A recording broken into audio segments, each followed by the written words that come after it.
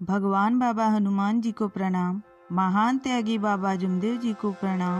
परमात्मा एक। आजच्या व्हिडिओमध्ये आपण माहिती करून घेऊयात की सेवकांनी भगवान बाबा हनुमान जी व महान त्यागी बाबा जुमदेव जी तसेच इतर सेवकांना दिलेल्या शब्दाचे म्हणजेच वचनाचे पूर्णपणे पालन करावे, अन्यथा शब्द देऊ नये।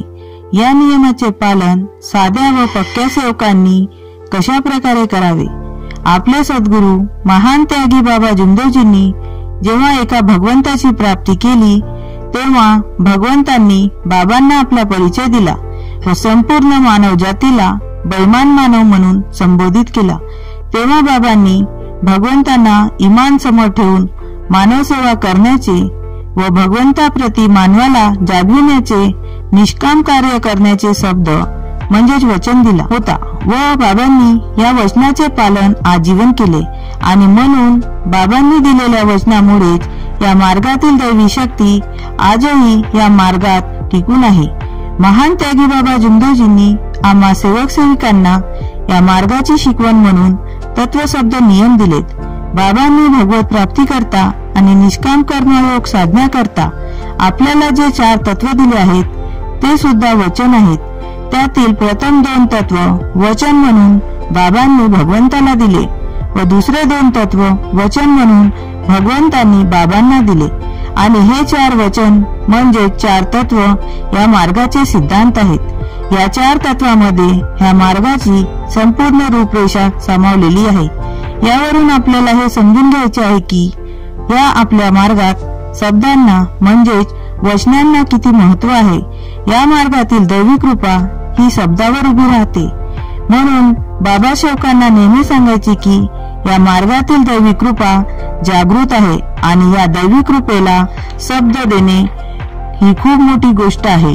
बाबांनी भगवंतांना वचन दिल्याप्रमाणे आपले निष्काम कार्य केले म्हणून बाबा भगवंताला आपल्या जवळ ठेवू शकलेत।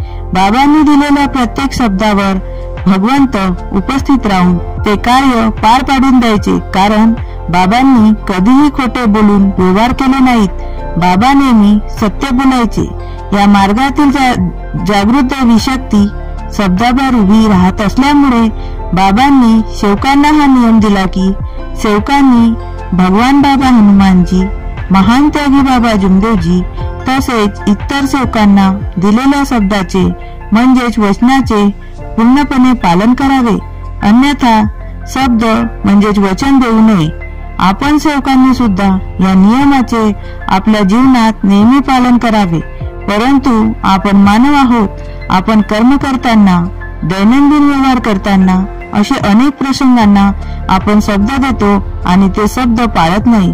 जसे की एखाद्या वेळी आपण भगवत कार्यात जाण्याचे ठरवितो आणि सोबतच्या सेवकांना शब्द येण्याचे वचन देतो, परंतु काही कारणास्तव आपण ते वचन पाळू शकत नाही।